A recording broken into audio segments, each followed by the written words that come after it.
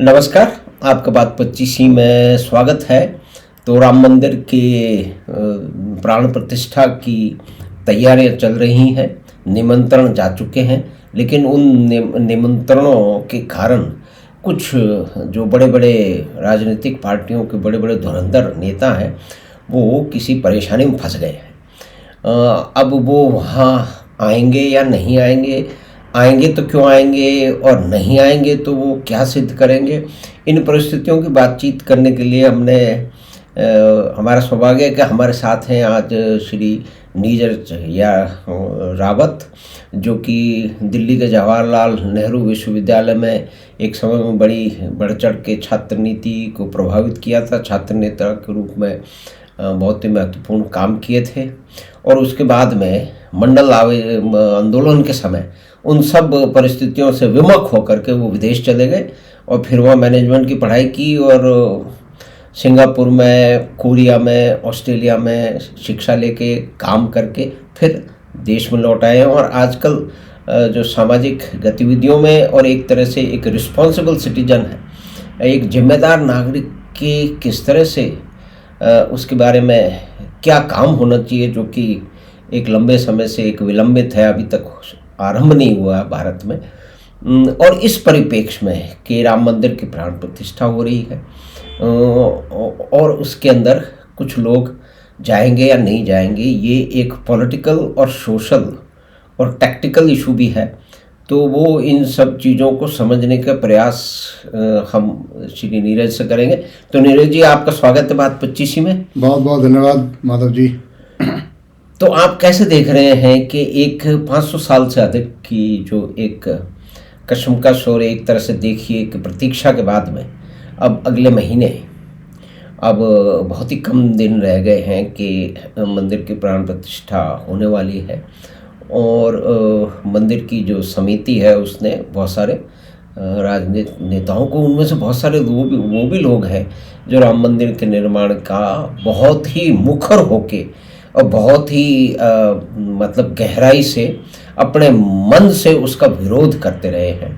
बल्कि राम मंदिर के विरोधियों को वो इंटेलेक्चुअल सपोर्ट देते रहे हैं, उनको हिस्टोरिकल एविडेंस फैब्रिकेटेड और अदरवाइज प्रोवाइड करते रहे हैं। उनके साथी लोग उनका केस कोर्टों में लड़ते रहे हैं। तो आप क्या देख रहे हैं कि क्या वो लोग फंस गए हैं एक मुसीबत में, तो जाएं तो भी परेशानी, ना जाएं तो परेशानी।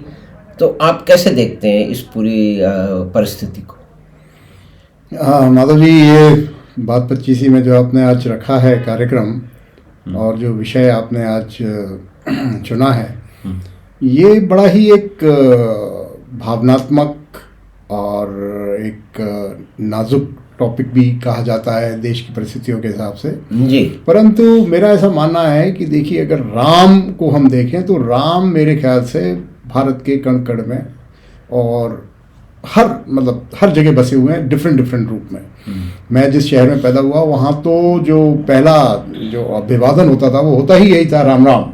हम लोग बचपन से ही सुनते आते राम राम साहब। तो राम कोई एक राजा थे, भगवान के जो अवतार थे वो एक सेकेंडरी डिबेट है। लेकिन जो भी एक राम जो चीज़ है, जो राम एक अभिव्यक्ति है, जो राम एक जिसको प्रतिनिधित्व करते हैं, वो मेरे ख्याल से भारत की एक अभिन्न छाप जैसी चीज़ है, एक सामाजिक तौर पर अगर देखी जाए। तो आज उसको जब एक किसी अभियान के तहत एक पर्टिकुलर ग्रुप ने इसके लिए विधिवत कानूनी तौर पर लड़ाई लड़के और इतने वर्षों के बाद जो भी एक मंदिर बना रहे हैं, राष्ट्रीय स्मारक के रूप में वो उसको आगे में इनको प्रोजेक्ट करने का भी इरादा है। तो वो सब होने के लिए जो तैयारियां हो रही हैं, देखिए सबसे पहला मेरा मानना है कि ये जिनको इन्विटेशन मिला है उनका द्वंद्व नहीं था। द्वंद्व तो उन लोगों का था कि जो इस समिति में है अंदर, जो इस कार्य को लड़ रहे थे, उसके बावजूद यदि वे आज इतने सभी पॉलिटिकल पार्टीज़ को या दूसरे कोई जो भी प्रवक्तजन हैं, IIT के हैं, IIM के हैं, जो बड़े बड़े लीडर्स हैं, अच्छी यूनिवर्सिटीज़ के वाइस चांसलर हैं, वो उनको भी इन्वाइट कर रहे हैं। और उसका तात्पर्य उनके लिए यही है कि भाई ये एक राष्ट्र की या भारत के उस राम की प्राण प्रतिष्ठा का एक कार्यक्रम है जिस राम के साथ हम सभी बड़े हुए हैं। हिंदू, मुस्लिम, सिख, ईसाई ऐसा कहीं नहीं था। हम बचपन में जब बड़े हो रहे थे कि ये कोई भेदभाव था। उस हमारे ज़माने में उस सबके जो मुस्लिम कन्वर्ट होकर सक्के जो रह गए थे वे भी हमको राम राम करते थे बचपन में। किसी के ये सब नहीं था। ये तो बड़ा मेरे ख्याल से 90s से ये सब न्यूसेंस शुरू हुई है कि भाई तू राम नहीं कहेगा, तू रहीम कहेगा, ये कहेगा। लेकिन हम जिस तरह बड़े हुए थे, और मैं उसी नज़र से देखता हूँ कि ये द्वंद्व तो उन लोगों के था।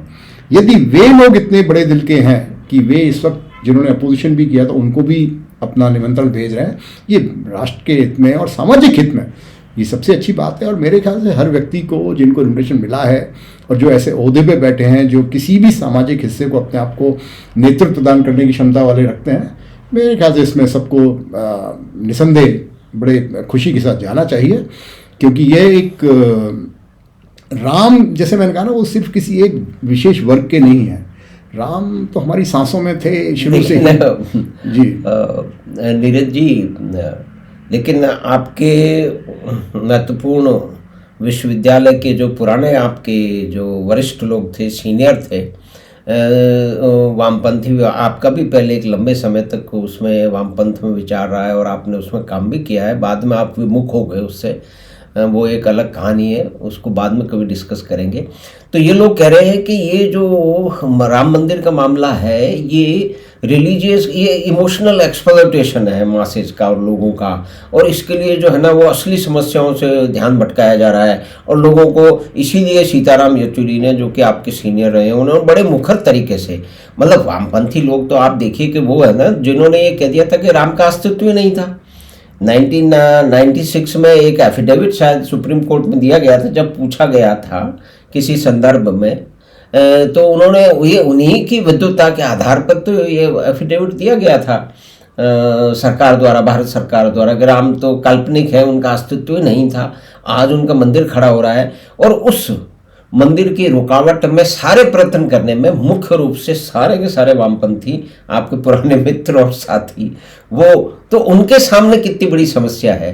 वो अगर जैसे सीताराम जी ने तो कह ही दिया है कि वो नहीं जाएंगे, और क्यों नहीं जाएंगे, तो उसमें जो लेफ्ट की जो एक कथानक है बहुत प्राचीन, जिसे आप मेरे से अच्छी तरह से जानते हैं, वो उन्होंने रिपीट किया। तो उसके बारे में आप बताएं, उनकी क्या समस्या है? देखिए, आपने सीपीएम के मतलब रिप्रेजेंटेटिव सीताराम येचुरी जी की बात कही, उनका स्टेटमेंट आया कि वे इसमें भाग नहीं लेंगे जी। देखिए, उन्होंने और डी राजा, शायद वो सीपीआई के हैं, तो उन दोनों ने ये क्लियर कट कह दिया, क्योंकि जैसा वे अपनी फिलॉसफी में विश्वास करते हुए कहते हैं कि भाई हम किसी भी निजी चीज़ को या निजी बिलीफ को पब्लिक नहीं करना चाहते। और देखिए, आज उनका आना या ना आना इतना अधिक महत्वपूर्ण नहीं रहा, क्योंकि आज CPM as a political party कहाँ कहाँ अस्तित्व में रह गई है हिंदुस्तान में। तो उनके लिए ये ना कहना भी बहुत आसान था। दूसरा, उनकी जो भी बिलीफ है, जिस चीज़ पे कहते हैं, हालांकि उन बिलीफ के विरुद्ध उन्होंने कई ऐसे स्टेटमेंट दिए या कई ऐसे इश्यूज का साथ दिया है जो भी मार्क्सिस्ट फिलॉसफी के विरुद्ध में जाता था। तो सीपीएम खासतौर से मेरा मानना क्या है कि ये थोड़ा सा यहाँ इनको, मेरा मानना है कि व्यक्तिगत तौर पर गलती की है। क्यों? क्योंकि अब राजनेता या कोई भी अभिनेता या कोई और आप कार्यकर्ता बाद में होते हैं। सबसे पहले आप किसी भी राष्ट्र के नागरिक या आमजन होते हैं। और जैसा मैंने कहा था कि राम जी तो राम राम रोम रोम में बसे हुए थे, इसीलिए तो उनका नाम भी सीताराम उनके माँ बाप ने रखा था। यदि राम से इतनी ही वो थी, विमुख थे और उनको बिल्कुल तो अपना नाम बहुत पहले चेंज कर लेते।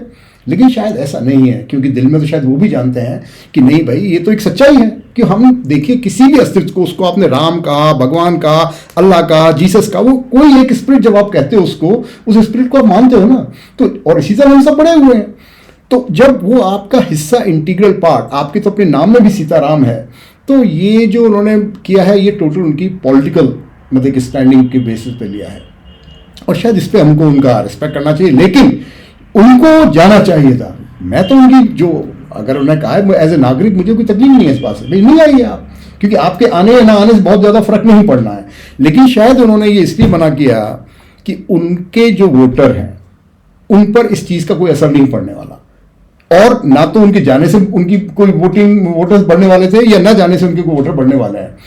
तो इसलिए उनके लिए बहुत आसान है कहना। लेकिन अब ये दिक्कत उन्होंने पैदा कर दी है, उनके जो दूसरे जो इनका जो अलायंस है, जो बना हुआ है, गठबंधन बना हुआ है, कि उन नेताओं को जब ये इस तरह का निमंत्रण आ रहा है तो वे सोच रहे हैं किसी को आया नहीं है तो उसका वो तो कह रहा है ये हमारे पास क्यों नहीं आ रहा, कि भाई ये दूसरी पॉलिटिकल पार्टी वो कर रही है। लेकिन मेरा मानना क्या है, इस विषय को शायद पॉलिटिकली ना देख करके ये देखना चाहिए कि जो इस न्यास का जो ट्रस्ट है वो किस किस को भेज रहा है इन्विटेशन, ये उनकी चॉइस होनी चाहिए। अगर उन्होंने किसी को नहीं भेजा तो ना तो उसका बुरा मानिए, लेकिन अगर वो बुलाएं और फिर अब ना जाएं तो कोई एक बहुत बड़ा कारण होना चाहिए, क्योंकि वो आम नागरिक के मन में, जैसे कि मैं जैसे मैंने कहा कि जिसको अपन वामपंथ कहते हैं, जिसमें अपने कुछ जो लीडिंग इश्यूज हैं जिसको अपन ने उनको जबरदस्ती वामपंथ को देख के भूल गए, हम सब उसमें बिलीव करते हैं। We are all progressive, we are liberals and liberal-minded people, so we accept all individual your beliefs, as long as your belief is not hurting me,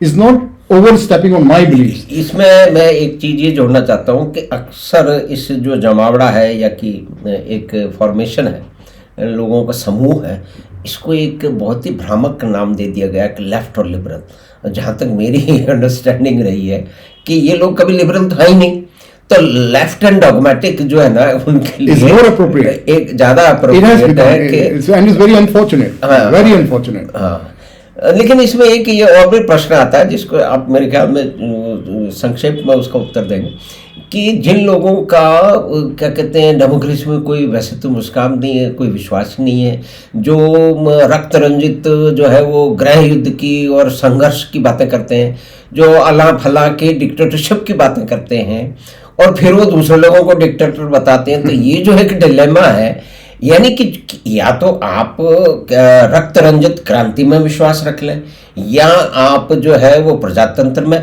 ये दोनों नाव में पैर रख के ये चल कैसे लेते हैं, मेरी तो ये समझ से बाहर था। आप इसको जरा संक्षेप में समझाएं। नहीं, वो देखिए मेरे ख्याल से ये जो इस तरीके की जो डाइकोटॉमी होती है या जो डिलेमा जिसको कहते हैं, जीवन में उससे भरा पड़ा है। हम जब बड़े हो रहे होते हैं तो हर तरह के डिलेमा आते हैं, और ये तो हमारे भारत में तो सबसे ज़्यादा है। मतलब हम लोग जैसे हमको कहते भी है ना कि हम we only know how to manage from all wherever there is a two things required but we can manage by satisfying both the parties. ये हमारे सिखाया जाता है और राजनीतिक दलों को तो ज़्यादा ही सिखाया जाता है। लेकिन यहाँ पर जो मैं देखूँगा कि देखिए लेफ्ट लिबरल आप अपने आप नाम रख लिए या आपने किसी ने कह दिया, लेकिन आपका लिबरल कहीं एटीट्यूड नजर ही नहीं आ रहा। डॉगमेटिक वो कोई भी हो, आप बल्कि डॉगमेटिक बन गए, दूसरों को कहते कहते you have become more dogmatic. अगर आप और मेरा अगर आप, क्योंकि इस लेफ्ट मूवमेंट से तो मेरा दिली जुड़ाव रहा है कभी एक अपनी जवानी के टाइम में जब मैं स्टूडेंट था, तो और मेरा उसमें अभी माना है कि उसमें कई बहुत अच्छी चीज़ें हैं। लेकिन अगर उन्हीं अच्छी चीज़ों को यदि आज हम मोदी के द्वारा या किसी और के द्वारा या योगी के द्वारा हम करा दें तो इनको वो अच्छा नहीं लगता। मतलब मेरा आपत्ति ये है कि अगर वही काम आम जन के लिए, गरीब जन के लिए यदि कोई दूसरा भी करे, मेरा विरोधी भी कर रहा है, तो मैं तो खुश होता हूँ, क्योंकि मैं अभी भी, मेरा जुड़ाव किससे, विचारधारा से। इन लोगों का जुड़ाव किससे, अपने दल से, क्योंकि इनको अपने दल के अस्तित्व के बारे में रखना है। अगर आप विचारधारा को लाइक करते हो तो मैं आपको सर किसी दिन आप टॉपिक रख दीजिएगा, मैं इसी प्रधानमंत्री जो आज के प्रधानमंत्री मोदी जी हैं, मैं कोई इनको पर्सनल तौर पर तो जानता नहीं हूँ, ज़्यादा पढ़ा लिखा इनके बारे में नहीं, कोई जीवनी नहीं, लेकिन मैंने जब कभी विदेश में ही मैं काम करता था, और ये जब शायद गुजरात में थे कहीं, तो मैंने जब इनको ऑब्जर्व करना शुरू किया था, मैंने किसी ने कहा कि भाई ये ऐसा करते हैं, तो मैं देखने लगा तो मुझे बड़ा अचंभा होता था कि ये तो वो व्यक्ति है जो बिल्कुल जमीन से जुड़ा हुआ आदमी है, जमीन से जुड़ी हुई बातें करता है। और मेरे ख्याल से आज भी जब मैं उनके भाषण सुनता हूँ, मैं उनसे उस तरह इंप्रेस नहीं हूँ, लेकिन मेरे ख्याल से उनकी बातें मुझे कहीं छलावा है, कोई गलत कि भाई ये कोई एक्सट्रीम मतलब कोई इंडस्ट्रियलिस्ट टाइप के ही साथ दे रहे हैं या नहीं। देखिए आज सबसे बड़ा जो उन्होंने क्रांतिकारी की थी, जिसको लोग माने ना माने, बैंक से जो आम आदमी को जोड़ा था, उसके बाद आप देखिए one after another DBT transfer, UPI जिसका लोग मजाक उड़ाते थे, इनके जो पुराने नेता थे, शायद हमको भी इतना विश्वास नहीं था, सबसे बड़ा ट्रांजैक्शन तो लोअर क्लास जिनको आप गरीब कहते हैं वो यूज कर रहे हैं। तो ये सब चीजें पता चलता है कि ये बंदा ज्यादा आपके जमीन से और आम लोगों से जुड़ा हुआ था और अपना काम कर रहा था। तो लिबरल नाम रखने देने से, लेफ्ट अपने आप से कह देने से आप लेफ्टिस्ट लिबरल्स नहीं होते हो। आपके एक्शन बताने चाहिए, क्या आपके एक्शन है उस तरीके के, मेरा मानना नहीं। और इसीलिए मगर ये गलती है, ये अपनी पार्टी के फायदे के लिए कह सकते हैं, लेकिन ये बहुत बड़ी गलती होगी कि ये लोग अगर नहीं जाते हैं तो ये बड़ी गलती होगी इनके समाज के लिए। हाँ ठीक है, लेकिन जैसा परिस्थिति लग रही है और जिस तरह के इनके वक्तव्य आ रहे हैं, तो उन्होंने शायद मन बना लिया है कि ये, और जहाँ तक मैंने भी देखा है, आपने भी देखा है कि ये लोग जो है लेफ्ट वाले कम से कम दूसरी जगह शायद जाते हैं, ऐसा हमने सुना है, लेकिन मंदिरों में तो नहीं ही जाते हैं। कोई पैथोलॉजिकल एवर्जन है आइडियोलॉजिकल ऐसी ग्रूमिंग है, लेकिन वो एक अलग विषय है उस पर। तो कुल मिला के बात यह है कि प्राण प्रतिष्ठा का जो निमंत्रण गया है मुख्य रूप से जो वामपंथी नेताओं को और उनके साथियों को, उसने उनको एक परेशानी में डाल दिया है। लेकिन शायद वो मन बना बैठे हैं, जैसा उनका पहला भी है कि वो तो राम के भी विरोध में है। उन्होंने तो ये भी कहा है कि वो काल्पनिक है, कभी पैदा ही नहीं हुए। ये इस तरह की बातें हैं, ये राम के बारे में, इन सब देवी देवताओं के बारे में कह सकते हैं, लेकिन हम नहीं चाहते कि वो दूसरों के बारे में कहें। लेकिन दूसरों के बारे में कभी उन्होंने कहा नहीं है, ये उनकी टैक्टिकल पोजीशन है। ये टैक्टिकल पोजीशन ये है कि वो भारत में तो जातिवाद को तो बढ़ावा देंगे, तो ये बताएंगे कि जातिवाद तो बड़ा अच्छा है क्योंकि उससे हिंदुओं के वोट जो है वो टूट जाएंगे। और धार्मिक अगर एसिमिलेशन या उसके नाम पे, मंदिर के नाम पे, अब कुछ विद्वान मित्र ये भी कह रहे हैं कि भाई इन लोगों को तो अपने क्या कहते हैं, जो बैंकों में क्रांति आई उसके बारे में बात करनी चाहिए, जो ट्रांसफॉर्मेशन हुआ उसके बारे में बात करनी चाहिए, जो डिफेंस है उसके बारे में बात करनी चाहिए, जो डिजिटल इंफ्रास्ट्रक्चर में परिवर्तन आया उनके बारे में बात करनी चाहिए। ये क्या मंदिर वंदिर का लगाते रहते हैं। तो मैंने उनसे, एक मित्र से कहा, मैंने कहा बंधु ये आपकी बात सही है, लेकिन वो जो रास्ता जो है ना, जिसके कारण ये सब वंदे भारत भी चल रही है और डिजिटल ट्रांसफॉर्मेशन भी हो रहा है और आमूलचूल परिवर्तन हो रहा है, दुगने से अधिक जीडीपी बढ़ गई है और स्वर्ण भंडार भी बढ़ गए हैं, फॉरेन एक्सचेंज रिजर्व भी बढ़ गया है और भारत अब तीसरी इकोनॉमी बनने की कगार पे चढ़ा गया है। $5 ट्रिलियन ऑफ सभी पे है, जिसके बारे में हंसी उड़ाई जाती थी कि वो तो कभी संभव ही नहीं है, बड़ी खिल्ली उड़ाई जाती थी। उसका रास्ता यहीं से होके जाता है, क्योंकि अगर वो लोग सत्ता में नहीं आते और जातिवाद के कारण वो लोग हार जाते तो ये सब कुछ नहीं होता। तो नीरज जी आपका बहुत बहुत धन्यवाद कि ये एक बड़ा गूढ़ विषय है, लेकिन ये परेशानी भी है कि ऐसा कई बार ऐसा लगता है कि हमारे नेता मुख्य रूप से वो जो कि अपने आप को बड़ा बुद्धिजीवी मानते हैं। और एक मुझे और भी आश्चर्य होता है क्योंकि छोटा मोटा साइंस टेक्नोलॉजी, मैंने कहा कि वो अपने आप को साइंटिफिक भी मानते हैं इन सब अवधारणाओं के रखते हुए।